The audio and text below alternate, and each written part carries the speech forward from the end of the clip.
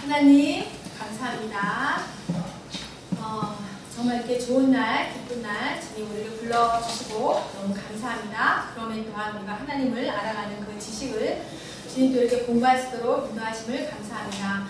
우리가 함께 많은 하나님을 알게 하시고 또한 많은 추억도 쌓아서 주님 우리가 나중에 더욱더 하나님께 칭찬을 받고 많은 사람들에게 또한 그 하나님의 사랑을 나눠줄 수 있는 주님 풍부한 사람들이 될 수 있도록 함께하여 주옵소서.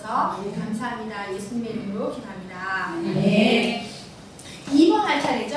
2번 예수님 누가복음에 나타난 예수님의 기도에 대해서 그죠? 저번에 첫 번째 세례 받으실 때의 기도는 했었어요. 두 번째가 예수 그리스도의 규칙적인 기도 생활 할 차례예요. 예수님의 규칙적인 기도 생활을 보는데요. 누가복음 5장 15절에서 16절 15절에서 16절 보니까 예수의 소문이 더욱 커지매 수많은 무리가 말씀도 듣고 자기 병도 고침을 받고자 하여 모여오되 예수는 물러가사 한적한 곳에서 기도하시니라.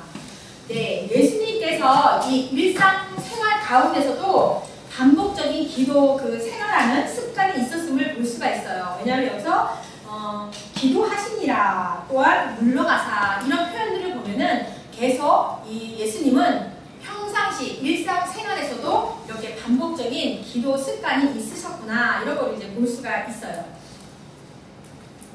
그래서 5장 15절에 보니까 예수의 소문이 더 커지니까 수많은 사람들이 말씀을 듣고 자기 병도 고침을 받고자 하여 이렇게 이제 모여오니까 예수님께서 한적한 곳에 가서 기도하셨다는 거예요. 그것은 잘못된 것에 미혹되지 않기 위해서 항상 예수님을 기도를 하셨다는 거예요. 그 표현을 보면 16절에도 그렇게 나오잖아요. 한적한 곳에 물러가서 모여드는 그 사람들에게 물러가가지고 한적한 곳에 가서서 기도를 하셨다.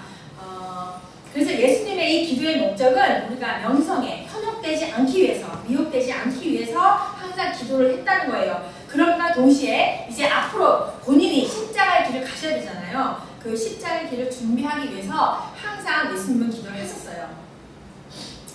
네, 그렇게 나와 있죠. 누가복음 5장 17절, 26절에도 있고 27절과 39절에도 있고 6장 1절에서 11절에도 있는데 이 예수님의 기도는 하나님께로부터 받은 그 목적의 마음을 항상 고정시켰어요. 하나님의 목적이 뭐예요? 우리 모든 백성들, 하나님의 백성들 그 죄 구속이잖아요. 그걸 위해서 이 땅 가운데 보내신 거잖아요. 예수님이요. 그래서 예수님이 이렇게 항상 기도했던 것은 하나님께서 보내신 그 이유, 목적에 따라서 그 사명을 다하기 위한 그 기도를 하셨다는 거예요.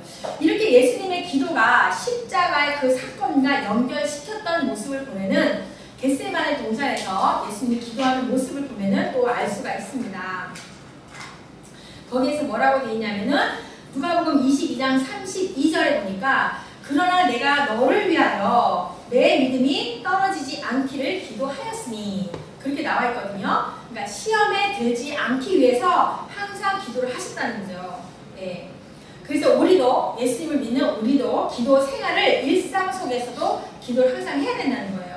그래서 성령님의 도우심을 따라서 기도를 해야 하고 그래서 우리가 믿음의 여정을 우리가 걸어가고 있지만 그쵸? 근데 그 모든 것을 하나님의 시각으로 바라보면서 이 지혜를 우리가 받을 수가 있는 거예요. 성령님의 인도하심 따라 우리가 기도할 때에 그럴 수 있다는 거죠. 네, 그 다음에 세 번째 예수님이 이렇게 규칙적인 생활을 하셨다는 거예요. 그리고 세 번째는 제자를 세우시기 위해서도 기도를 하셨다는 거예요. 네, 예수님은 항상 기도를 했어요. 아까 우리 여호수아가 실수한 부분이 뭐라 그랬어요? 하나님께 묻지 아니하고 파치를 믿었잖아요. 그 기본 그 사람들하고 이제 그런 건데 예수님은 이렇게 사건마다 다 하나님께 물으셨어요. 한적한 곳으로 가셔서 네, 하나님과 이렇게 대면하는 걸 많이 하셨거든요.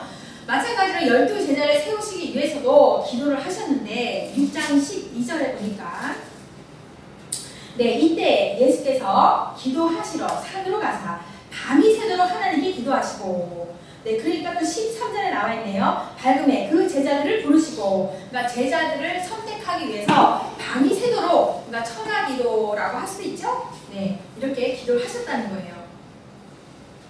왜냐하면 제자들을 위해서 기도를 해야 하는 이유는 뭐예요? 예수님의 그 뒤따라서 예수님이 맡겨주는 그 사명을 또한 이 제자들이 감당해야 되기 때문에 예수님이 함께 기도를 했다는 거죠. 그래서 이제 5장 16절의 말씀을 보면 예수님의 그 규칙적인 기도 생활과 이런 걸 보면은 또 6장 12절에 제자들을 세우기 위해서 밤이 새도록 기도하시는 모습을 보면은 이때 당시에 이 예수님을 반대하는 세력이 그만큼 많았다는 걸 또 볼 수가 있어요. 6장 11절에 보니까 저희는 노기가 가득하여 예수를 어떻게 처치할 것을 서로 운동하니라. 네, 그 중간 사이에 예수님이 규칙적인 기도 생활과 또 제자들을 세우는 그 사이에 이렇게 반대하는 세력들이 많았다는 거예요. 네. 그래서 예수님은 이 반대하는 세력이 많으니까 어때요? 생명의 위협도 사실은 느끼시죠. 당연히 예수님이니까. 그러니까 생명의 위협을 느끼면서까지 예수님은 기도를 하셨다는 거죠. 앞으로 내가 질 십자가를 위해서도 기도를 하셨던 거죠. 그래서 죽음을 각오하면서 이 제자 선택하는 데 있어서 기도한 것은 두 가지 의미로 볼 수가 있는데요. 첫 번째로는 십자가를 지기 위한 자기 자신의 사명을 위해서 기도했어요. 네. 죽음을 각오하면서 제자 선택하기 위해서 기도했을 때 두 가지 의미를 해석할 수가 있는데, 첫 번째로는 십자가를 지기 위한 예수님의 자신의 그 사명을 감당하기 위해서 하나님의 뜻을 완수해야 되잖아요. 그러기 위해서 기도했다는 거예요. 그리고 두 번째는 예수님의 그 사명을 받아서 이 제자들이 감당을 해야 되잖아요. 그러니까 제자들을 위해서도 기도를 했다는 거예요. 이렇게 두 가지로 볼 수가 있어요. 네, 그래서 이제 예수님이 항상 무슨 일을 하든지 예수님께 물으시는 기도를 했다는 그런 말씀인 거죠. 그래서 12제자 중에 유다라는 그 말씀을 보니까, 그죠? 유다의 이름을 보니까 예수를 팔 자이니라고 했잖아요. 예수를 팔 것이라는 그 설명을 하시면서 나오거든요. 그래서 12제자의 그 선택이 바로 예수 그리스도의 죽음과도 연결된다는 것을 볼 수가 있다는 거예요. 이렇게 예수님은 제자를 세우시기 전에도 기도를 하셨다라는 걸 볼 수 있어요. 그러니까 누가복음에 예수님의 기도가 굉장히 많이 나오는데 이렇게 제자를 세울 때도 예수님은 기도를 하셨다. 또 네 번째 보니까 뭐예요? 베드로의 신앙 고백을 듣기 전에도 기도를 하셨어요. 네, 누가복음 9장 18절. 네, 이렇게 베드로 제자를 세울 때 기도를 하셨는데요. 이때가 베드로의 신앙 고백할 때가 예수님의 그 공생의 기간 중에 세 번째 유월절이었어요. 세 번째 유월절. 근데 세 번째 유월절을 맞아서 예루살렘으로 가셔야 되는데 가시지 않고 두 가지 사역을 집중합니다. 가시기 전에. 그 뭐라고 돼 있어요? 첫 번째는 민중을 대상으로 한 민중대상 사역이 있었고, 두 번째로는 제자들을 세우고자 제자들을 위한 제자 훈련을 위한 그 사역을 하셨다는 거죠. 그게 이제 9장 18절에 나와 있고 20절에 나와 있는데요. 18절을 읽어보면 예수께서 따로 기도하실 때 제자들이 그와 함께 있더니 물어 이르시되 무리가 나를 누구라고 하느냐. 그러니까 대중들을 위한 그 사역을 하시려고 하는 거죠. 그 다음에 두 번째는 20절 예수께서 이르시되 너희는 나를 누구라 하느냐 이렇게 물으셨단 말이에요. 그 두 가지 사역을 예수님은 집중을 하셨다는 거죠. 6장 13절에 보니까 누가복음 6장 13절에 보니까요.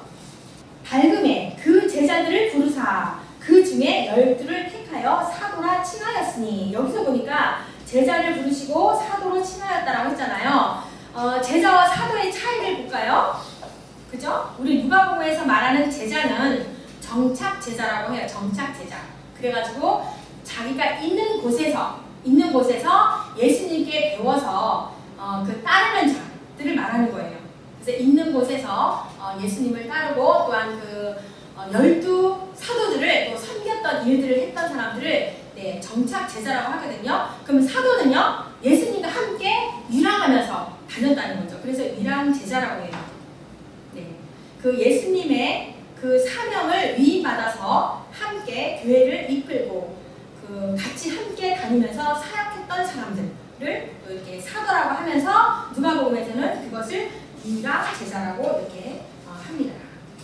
그래서 이렇게 이 빌립보에서 가이사랴 빌립보에서 베드로가 신앙 고백을 할 때쯤에 제자들을 집중적으로 가리킨 것은 당신의 예수님이 이제 십자가에 이제 돌아가셔야 되잖아요. 감당하셔야 되잖아요. 당신의 죽음을 예비하신 것뿐만이 아니라 죽음 이후에도 내가 죽음 이후에도 그것을 예비하신 거라고 볼 수가 있어요. 그래서 이제 베드로 고백을 하잖아요. 하나님은 하나님의 그리스도시요 주는 그리스도시요 라고 이제 고백을 하잖아요. 누가복음 9장 20절이네요. 누가복음 9장 20절에 9장 20절에는 그렇죠. 너희는 나를 누구를 하느냐 라고 했을 때 그게 거기에 있군요. 마태복음 16장 16절 마태복음 16장 16절 네. 시몬 베드로가 대답하여 이르되 주는 그리스도시요 살아계신 하나님의 아들이시니라 라고 이렇게 베드로가 이 고백을 했는데 이 고백 직전에 주님께서도 기도하셨다는 거예요. 이렇게 아까 말했잖아요. 그 제자 훈련을 하기 위해서 기도하셨고 대중들을 위해서도 이렇게 기도하셨다라고 했잖아요. 이 베드로의 고백을 듣기 직전에도 주님은 항상 이 대중들과 이 제자들을 위해서 기도했다는 것을 알 수가 있는 거예요. 그래서 제자들에게 너희들이 십자가의 삶을 날마다 실천할 것을 가르치기 위해서 그렇게 했다는 거예요. 9장 23절을 볼까요? 9장 23절 그죠? 너희는 나를 누구라 하느냐 라고 하면서 이 말을 아무에게도 말하지 말라는 거죠. 그래서 인자가 많은 고난을 받고 장로들과 대제사장들과 서기관들에게 버림받으여 죽임을 당하고 제3일에 살아나야 하리라 하시고 이제 본인의 말씀을 하시는 거죠. 또 무리에게 이르시되 아무든지 나를 따라오려거든 자기를 부인하고 날마다 제 십자가를 지고 나를 따를 것이니라 이렇게 제자도의 가르침을 하신 거예요. 그죠? 그러니까 본인이 죽음을 위해서도 그리고 죽음 이후에도 마찬가지로 너희들은 제자도의 이 삶을 살아야 된다는 것을 가르쳐주기 위해서 예수님이 이렇게 기도했다는 거예요. 베드로의 신앙 고백을 듣기 전에 이렇게 하셨다는 거죠. 네, 그래서 이 십자가와 예수님의 그 기도와 십자가와 이게 연결된 것은 우리 그리스도인들의 생활에 있어서도 십자가를 지는 삶의 기도를 해야 된다는 거죠. 우리도 마찬가지로. 네, 그래서 우리도 제자의 삶을 살기 위해서 하나님의 뜻을 알아야 되고 성령님의 인도하심을 받기 위해서 기도를 해야 된다는 거죠. 근데 베드로의 신앙 고백에는 뭐가 있었어요? 나의 구원자, 구주로만 알았던 것이 아니라 정치적인 승리를 위해서 우리를 살리실, 우리를 이렇게 핍박 가운데 있는 여기에서 해방시켜줄 그냥 왕으로 오셨을 거라는 것만 알고 있었다는 거예요. 이 고백 중에도 그 말이 있었다는 거죠. 우리의 왕으로 해방과 회복을 시켜줄 왕으로 되어주시기를 고백했던 그 말씀이 포함되어 있는 거예요. 근데 예수님이 이 사실을 말하지 말라고 하시면서 나의 고난과 나의 죽음과 그 이후에 부활도 이렇게 말씀을 하는 거죠. 9장 그죠? 21절과 22절에 그렇게 말씀을 하고 있습니다. 네, 그래서 이제 베드로와 이 제자들은요, 영광의 예수님, 영광의 예수 그리스도는 알았지만 예수님의 그 고난에 대해서는 알지 못했어요. 예수님이 이렇게 죽으시고 다시 오시고 그에 대해서는 몰랐다는 거죠. 하나님의 사랑이 어디에 기초가 돼 있어요? 그죠? 예수 그리스도의 십자가 사건이 기초가 되는 거죠. 하나님의 사랑이. 그게 없으면, 예수 그리스도의 십자가의 사건이 없으면 아닌 거죠. 그렇습니다. 고린도전서 1장 18절 볼까요? 고린도전서 1장 18절을 보면 이 예수 그리스도의 십자가 사건은 그죠? 십자가의 도가 멸망하는 자들에게는 미련한 것이요 구원을 받는 우리에게는 하나님의 능력이라고 했어요. 맞아요. 십자가의 그 예수님의 십자가의 사건이 없이는 우리는 구원받을 수가 없습니다. 네. 이렇게 하셨구나 예수님께서를 알 수가 있어요. 네, 그리고 또 예수님께서 변화산에서 또 드린 기도가 나오죠.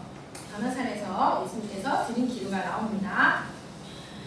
누가복음 9장 28절과 29절을 보면 이 말씀을 하신 후에 8일쯤이 되어서 예수께서 베드로와 요한과 야고보를 데리고 기도하시러 산에 올라가사 기도하실 때에 용모가 변화되고 그 옷이 휘어져 광채가 나더라.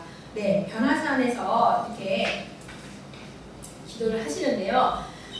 예수님께서 이 변화한 모습을 기도하는 것과 연결을 시키는데 예수님의 이 변화가 기도 중에 일어났다는 거예요. 기도 중에.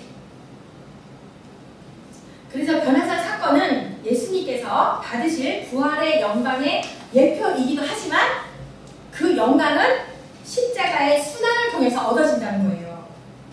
그러면서 9장 31절에 보니까 영광 중에 나타나서 장차 예수께서 예루살렘에서 별세하실 것을 말할세. 네, 여기서 이제 별세라고 하시잖아요. 그러면서 별세하실 것을 말할세. 이거는 별세라는 것은 길로 들어선다라는 의미를 가지고 있어요. 그 길이 뭐냐면 예루살렘에서 이룰 그 길에 들어선다라는 뜻이에요. 어렵죠? 별세라는 것은 길로 들어선다라는 의미를 가지고 있는데 예루살렘에서 이룰 그 길에 들어선다라는 뜻이에요. 뒤에 보면 또 나와요. 이 말씀에 대해서. 그래서 예수님께서 변화산에서 드린 기도는 십자가의 사건과 하나님의 나라를 이루는 과정이었다.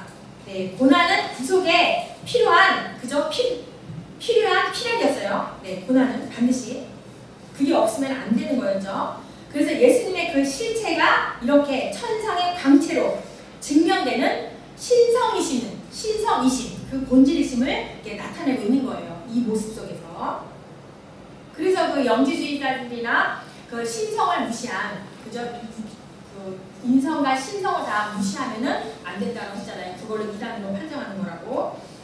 네, 이 사건을 보면 알 수가 있습니다. 네, 그리고 여섯 번째. 네, 예수님이 베드로를 위해서 중보기도를 하시네요. 베드로를 위해서 누가에만 기록되어 있어요. 베드로를 위한 중보기도가 누가에만 기록되어 있다. 17장에 나와 있는데 대제사장적인 기도를 하신 거죠. 네, 누가복음 17장에 보면 그러니까 베드로가 믿음으로 서기 위해서 믿음으로 내 사명을 감당해야 되니까 기도를 하셨다는 거예요. 예수님의 기도를 이렇게 하셨다는 거죠. 그래서 그 기도 역시 요한복음 17장에서 예수님의 그 기도 역시 예수님이 앞으로 지실 그 십자가를 위한 준비를 위한 기도와 두 번째로 제자를 위한 기도였다. 제자들을 바로 세우기 위한 기도였다. 네, 그러면서 이제 여기에서 베드로가 회복되어서 제자로서의 삶을 살기를 위한 그런 중보 기도를 하셨다는 거예요. 지금도 예수님은 하나님의 우편에 계셔서 그저 우리를 위해서 중보 기도 하시잖아요. 이렇게 이 땅 가운데도 베드로와 제자들을 위해서 너희들이 이제 내가 가고 나면 하나님의 나라에 대해서 너희들이 제자들로 감당을 해야 할 몫이 있다. 그것을 위해서 예수님은 기도를 해주셨다는 거예요. 읽어보면은 네, 누가복음 22장 29절에서 30절. 네. 내 아버지께서 나라를 내게 맡기신 것 같이 나도 너희에게 맡겨 너희로 내 나라에 있어 내 상에서 먹고 마시며 또는 보좌에 앉아 이스라엘 12지파를 다스리게 하려 하노라. 네, 이렇게 하나님의 나라를 위해서 너희들이 감당해야 할 사역이 있다. 이렇게 말씀하시면서 어떠한 위기가 오더라도 너희들은 내가 기도한 것처럼 너희들도 기도를 해야 한다. 이렇게 말씀을 하시는 거예요. 항상 너희들의 믿음이 떨어지지 않기를 기도하여라. 이렇게 말씀을 하시는 거죠. 그러니까 베드로에게 특별히 더 그죠? 31절에 보니까 시몬아, 그죠? 31절에 보니까 시몬아 보라 사탄이 너희를 밀가부르듯 하려고 요구하였으나 그러나 내가 너를 위하여 내 믿음이 떨어지지 않기를 기도하였노니 너는 돌이킨 후에 내 형제를 굳게 하라. 네, 그죠? 사단이 계속 그럴 것이야. 내가 너를 위해서 믿음이 떨어지지 않기를 내가 기도한다. 너가 빨리 돌이켜서 형제들로 하여금 다시 세워라. 이렇게 말씀을 하시는 거죠. 또 예수님이 기도를 하십니다. 겟세마네에서 네, 기도를 하시죠. 누가복음 22장 네, 39절에서 46절까지 나오는데요. 이렇게 누가복음에 기도에 관심이 많았어요. 네, 참 많이 기록을 했죠. 네. 이렇게 누가가 언급하고 있는 기도의 장소가 예수님께서 밤마다 가시던 곳이 있었어요. 거기가 겟세마네 감난산이었어요. 감난산. 21장 37절에 보니까 그죠? 예수께서 낮에는 성전에서 가르치시고 밤에는 나가서 감난원이라 하는 산에서 쉬시니 이제 여기서 이제 쉼에 대해서 더 얘기를 해야 되는데요. 쉼. 예수님은요 이렇게 기도 생활이 습관화가 되었어요. 낮에는 성전에서 가르치시고 밤에는 쉬러 가셨거든요. 쉬러 간 게 뭘까요? 하나님과 대화한 거였어요. 예, 기도였어요. 그게 쉼이라는 거예요. 우리도 마찬가지로 쉼은요. 우리가 이 생활을 교회 생활과 어떤 사역에 있어서 사실 우리가 되게 바빠요. 하나님과 대화할 시간이 없어요. 저는 사실 우리 남편하고도 대화할 시간이 없지만 가만히 생각해보니까 일주일 중에 그래도 하나님과의 대화를 많이 하더라고요. 네. 그게 쉼이에요. 맞아요. 저도 사실은 뭐 하나님께 막 탁 무릎 꿇어서 기도하는 게 아니라 저는 이제 성경 말씀을 보잖아요. 이렇게 주일 설교를 위해서 월요일, 화요일 강의를 위해서 또 금요일 날 무의도에 가서 예배를 드리니까 그걸 위해서 일주일에 4번은 하더라고요. 하나님과. 네. 그게 쉼이에요. 그러니까 여러분도 사역하는 게 절대로 쉼이 아니에요. 쉼은 뭐예요? 하나님과 대화하는 거라고 했어요. 네, 쉼을 많이 가지시길 바랍니다. 그러니까 예수님도 이렇게 했다는 거예요. 습관적으로 예수님께서는 네, 모든 기도 생활을 하면서 모든 시험을 이길 수 있다라고 이렇게 말씀을 하십니다. 46절 볼까요? 22장 46절. 네. 예수님이 이제 제자들에게 하는 말이네요. 어찌하여 자느냐? 시험에 들지 않게 일어나 기도하라. 네, 하나님과 자주 대면을 하셔야 되는 거예요. 여기서 이제 예수님께서 쉼을 가져셨다고 했잖아요. 쉬시리라는 거 했는데요. 이제 육신을 가지신 예수님은 쉼도 필요했어요.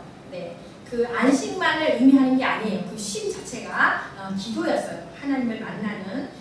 왜냐하면 앞으로 내가 십자가를 져야 할 그 사명도 있고 이 땅에 또 남겨둔 그 제자들을 위해서 또 몫이 있기 때문에 항상 하나님하고 어떻게 하면 됩니까? 라는 그런 대면의 시간을 많이 가졌다는 거죠. 여기서 이제 무릎을 꿇고 기도하는 자세가 나오는데 예수님께서 그죠? 여기에서 나오죠. 22장에 누가복음 22장에 감난산에서 기도하실 때 이 예수님께서 무릎을 꿇고 기도하는 그 자세는 하나님께 예배하는 자세를 나타내는데 경배하다, 무릎을 꿇었다라는 의미를 가지고 있어요. 경배하다, 무릎을 꿇었다라는 그 의미를 가지고 있으면서 하나님의 뜻을 따르기로 네, 예수님께서 하나님 아버지의 뜻을 따르시기로 기도하면서 기도할 때 뭐라고 하죠? 42절과 43절에 보니까 우리도 마찬가지예요. 읽어볼게요. 이르시되 아버지여 만일 아버지의 뜻이거든 이 잔을 내게서 옮기시옵소서. 그러나 내 원대로 마시었고 아버지 원대로 되기를 원하나이다 하시니 천사가 하늘로부터 예수께 나타나 힘을 더하더라. 네, 진심을 다해서 하나님께 무릎을 꿇고 하나님의 뜻을 따르기로 기도를 작정하신다면 천사가 옆에서 이렇게 도와주신다는 거예요. 광야에서 40일 동안 줄일 때에도 마찬가지로 이제 여기는 마가복음 1장 13절에 나오는데요. 네, 시험을 받으실 때도 천사가 예수님을 수정을 들었다라고 나와요. 그죠? 마가복음 1장 13절. 하나님의 뜻을 이루고자 우리가 기도를 한다면 우리 옆에도 천사가 네, 수정을 둡니다. 13절. 광야에서 40일을 계시면서 사탄에게 시험을 받으시며 들짐승과 함께 계시니 천사들이 수정 들더라. 그래서 예수님의 기도는요 실제적으로 사단과의 그런 영적 전쟁이었어요. 실제적인 싸움이었어요. 그래서 뭐라고 합니까? 표현이 땅에 떨어져가지고 핏방울같이 되더라 이렇게 표현을 하잖아요. 얼마나 괴로웠을까. 그 괴로움을 잘 표현하고 있는 거죠. 땅이 핏방울이 될 정도로 했다는 것은 굉장한 괴로움을 말씀하고 있는 거죠. 그래서 힘쓰고 애써라는 그 말은 헬라어로 보니까 경기할 때, 그리고 전쟁을 의미하는 말이에요. 그래서 이제 이 겟세마네 감난산에서 기도하는 예수님의 그 기도는 꼭 승리를 해야만 하는 그 전쟁이었다는 거죠. 그래서 그 전쟁이 이미 임했다는 것을 말씀하고 있어요. 그래서 하나 더 보면 히브리서 이거와 같은 말씀으로 히브리서 5장 7절. 히브리서 5장 7절. 네, 그는 육체에 계실 때 자기를 죽음에서 능히 구원하실 이에게 하나님이죠. 심한 통곡과 눈물로 간구와 소원을 올렸고 그의 경건하심으로 말미암아 들으심을 얻었느니라. 이게 예수님께서 겟세마네 동산에서 기도했던 모습과 응답의 말씀인 거예요. 그 십자가의 고난을 앞두고 예수님은 그죠? 제자들과 함께 기도를 하셨잖아요. 그 동산에서 예수님은 이 인류의 모든 자기 백성들의 모든 죄를 위해서 자기가 한 몸으로 짊어져야 했기 때문에 얼마나 고통스럽겠어요. 그래서 땀이 핏방울이 되도록 밤이 새도록 기도를 하셨다는 그런 표현을 하신 거죠. 예수님이 3번 오셨잖아요. 3번. 살펴볼까요? 예수님의 눈물. 네, 요한복음 11장 1절에서 44절까지 나오는데요. 울었던 표현은 35절에 있어요. 왜냐면 나사로가 죽었을 때.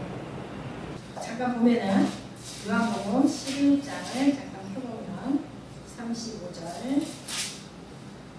네. 거기 33절에 보니까요. 거기도 보면은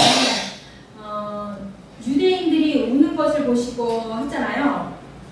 유대인들이 우시는 것을 보고 심령의 비통이 여기시고 거기에서 우는 것은 통곡하면서 울었다는 거예요. 통곡을 하면서 울었다는 거고요. 35절에 예수님께서 눈물을 흘리시더라 했잖아요. 예수님께서 눈물을 흘리시더라 35절에. 이것은 아까처럼 막 통곡하면서 울었다는 게 아니고 여기서 눈물은 소리를 죽이고 속으로 그런 거 겪어보시죠? 나도 눈물을 막 안 나면서 막 속으로 막 이렇게 운 적이 있었거든요. 네, 그렇게 우셨다는 거죠. 소리를 죽여서 이렇게 우셨다는 거예요. 왜 우셨어요, 예수님이? 나사로가 그 친구라 그러잖아요, 나사로요. 그 나사로가 죽은 것 때문에 운 것도 있었지만 더 큰 이유는 동생들 마리아와 마르다와 그 많은 사람들이 보고 있었던 그 많은 사람들에게 그걸 보고 뭘 보고? 나의 예수님이 자신의 죽음과 부활에 대해서 잘못 알고 있으니까 그거에 대해서 잘못 알고 있어서 그 모든 부분을 포함해서 예수님이 우신 거예요. 단지 나사로의 죽은 것 때문에 우신 게 아니라 나의 죽음과 부활을 너희들이 잘 모르고 있구나. 그거를 바라보시면서 우셨어요. 두 번째는 누가복음 19장 누가복음 19장에 28절에서 44절까지 있거든요. 여기서는 41절에 예수님이 우신 표현을 누가복음 찾아볼게요. 누가복음 19장 28절. 네, 이건 이제 쭉 읽어보면 다 아시는데요. 41절에 있잖아요. 예루살렘 그 성으로 가까이 오시니 보시고 우시며. 네, 여기서 이렇게 우셨거든요. 예루살렘을 보시면서 오셨어요. 왜요? 이제 이게 곧 멸망할 것을 알고 우셨어요. 그리고 세 번째 아까 했던 거 겟세마네 동산에서 우셨잖아요. 누가복음 22장 39절에서 46절. 여기서는 땀이 핏방울이 되듯이 울었다고 했는데 되듯이 기도했다라고 했는데 그 표현은 없지만 아까 히브리서 5장 7절이 있었잖아요. 히브리서 5장 7절에 거기에서 나와 있죠. 히브리서 5장 7절에 심한 통곡과 눈물로 간구와 소원을 올렸고 하셨거든요. 네, 그게 겟세마네 동산에서 예수님의 기도하는 모습이었어요. 거기에 나와 있어요. 이건 뭐예요? 자기 자신을 위해서 내가 이제 이 사역을 감당해야 되잖아요. 십자가에 십자가에 내가 이제 돌아가셔야 되잖아요. 자기 자신을 위해서 그 사역을 잘 감당할 수 있도록 자기 자신을 위해서 기도하셨어요. 이렇게 예수님이 3번 오셨어요. 그리고 8번째 십자가에서 오셨어요. 십자가에서의 기도. 자, 오신 게 아니고 기도하고 있죠, 지금 기도. 십자가 상에서 십자가에서 기도를 하셨어요. 누가복음 23장 46절에 있네요. 예수께서 큰 소리로 불러 이르시되 아버지 내 영혼을 아버지 손에 부탁하나이다 하고 이 말씀을 하신 후에 숨지시니라. 소위 이제 이 십자가상에서의 하신 말씀을 일곱 가지라 말을 하면서 십자가상의 7언이라고 말하잖아요. 그죠? 십자가상의 7언. 십자가상에서의 7언. 그러니까 일곱 가지 말씀을 하셨다는 거잖아요. 그거는 알려드릴게요. 예수님의 십자가상에서의 7언. 첫 번째는 누가복음 23장 34절. 이제 십자가 위에서 7마디를 하셨는데요. 누가복음 23장 34절에 아버지여 저희를 사하여 주옵소서 자기의 하는 것을 알지 못함이니이다. 용서와 회개를 위해서. 그리고 두 번째로는 23장 43절 내가 진실로 내게 이르노니 오늘 내가 나와 함께 낙원에 있으리라. 약속과 천국을 말씀하셨어요. 약속과 천국 그걸 말씀하신 거죠. 그 다음에 세 번째 요한복음 19장 26절에서 27절요. 여자여 보소서 아들이니이다. 그죠? 엄마에게 여자여 보소서 이랬잖아요. 그러니까 인간의 모습을 잘 표현해주고 있어요. 인간의 모습으로 이렇게 말씀을 한 거죠. 그 다음에 네 번째는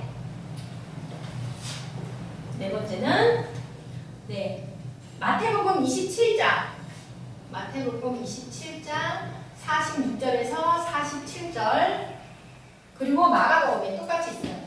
마가복음에 15장에 34절에서 36절 나의 하나님 어찌하여 나를 버리셨나이까 이렇게 하잖아요. 하나님과의 관계를 말하고 있어요. 그 다음에 다섯 번째 요한복음 19장 28절 내가 목마르다 이렇게 말씀하잖아요. 인간의 고통을 표현하고 있죠. 인간의 고통을 내가 목마르다. 그리고 가장 중요한 것 요한복음 19장 30절 다 이루었다. 그죠? 다 이루었다 이런 말씀하잖아요. 영적 완성을 말씀하고 있어요. 그리고 일곱 번째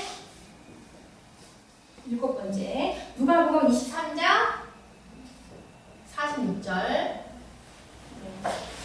아버지여 내 영혼을 아버지 손에 부탁하나이다. 하나님께 가는 길을 말하고 있어요. 이렇게 예수님이 십자가 위에서 7번 이런 말씀을 하셨습니다. 그리고 예수 그리스도께서는 하나님의 말씀을 선포하시고 가난하고 눌린 자를 해방시키시고 인류의 모든 죄를 짊어지시고 고난의 종으로 모든 것을 성취하신 뒤에 자신의 영혼을 아버지 손에 부탁하며 떠나십니다. 이 십자가 상의 그 사역이 한마디로 해도 우리 어려운데 예수님은 7마디를 하시고 이 사역은요 제자의 길은 쉬운 길이 아닙니다. 그렇죠? 고난의 길입니다. 선지자들의 그런 예언대로 예수님께서는 다시 사셔서 영광에 들어가시고 성령 하나님의 충만하심으로 이 죄의 사함을 얻게 하는 회개가 예루살렘에 시작하여서 온 땅을 덮을 것입니다. 누가복음 24장 44절에서 47절까지 이렇게 나오거든요. 제가 읽어볼게요. 내가 또 이르시되 내가 너희와 함께 있을 때 너희에게 말한 바 곧 모세의 율법과 선지자의 글과 시편의 나를 가리켜 기록된 모든 것이 이루어져야 하리라. 한 말이 이것이라 하시고 네, 이에 그들의 마음을 열어 성경을 깨닫게 하시고 또 이르시되 이같이 그리스도가 고난을 받고 제3일에 죽은 자 가운데서 살아나실 것과 또 그의 이름으로 죄사함을 받게 하는 회개가 예루살렘에서 시작하여 모든 족속에게 전파될 것이니라 기록되었으니 네. 너희는 이 모든 일의 증인이라. 예수님이 이 땅에 있을 때도 제자들을 위해서 기도했다는 것을 볼 수가 있죠. 네. 그렇습니다. 네, 마지막으로 누가복음에 나타난 주기도문. 네, 주기도문이 누가복음 11장 2절과 4절에 되어 있고 주기도문은 다 아시지만 예수님께서 우리에게 이렇게 기도하라고 말씀하셨잖아요. 마태복음 6장 9절에서 13절에도 예, 있어요. 그죠? 마태복음 6장 9절에서 13절에도 있어요. 그 기도는 뭐예요? 하나님께 대한 찬양과 하나님 나라의 신앙을 구하는 것이고 개인적인 간구를 드리는 것으로 되어 있고 그리고 하나님의 영광을 구해야 된다는 거죠. 먼저는 우리 자신들의 것을 먼저 필요로 구하기 전에 하나님의 영광을 위해서 구해야 된다는 것을 알 수가 있어요. 그래서 그런 말 있잖아요. 기도 못하면 그냥 주기도문만 하여라. 거기에는 예수님이 가르쳐주는 기도니까 거기에는 능력이 있으니까. 그래서 예수님의 기도를 다 했습니다. 누가복음에 기도가 참 많죠. 9개나 있네요. 그죠? 네. 다음 시간에는 스웨덴 자들에 대한 그리스도의 국률. 네, 이거를 들어가겠습니다. 네, 기도합니다. 하나님 감사합니다. 예수님께서 진짜 이 땅 가운데 오셔서 또한 제자들과 또 하나님의 그 뜻을 이루고자 예수님께서는 어디를 가든지 기도를 하셨습니다. 하나님 우리도 또한 이 땅 가운데 살아가면서 또한 사역을 감당하면서 모든 일을 만날 때마다 예수님의 은혜 받아서 우리도 기도하는 생활의 습관을 가질 수 있도록 그렇게 도와주시옵소서. 예수님이 쉼을 가지며 하나님과 대화를 하였듯이 주님 우리도 사역과 여러 가지 일로 바꾼 것이 아니라 쉼을 가지며 하나님과 대화하는 시간을 아버지 많이 가질 수 있도록 그렇게 도와주시옵소서. 감사합니다. 예수님의 이름으로 기도합니다. 아멘.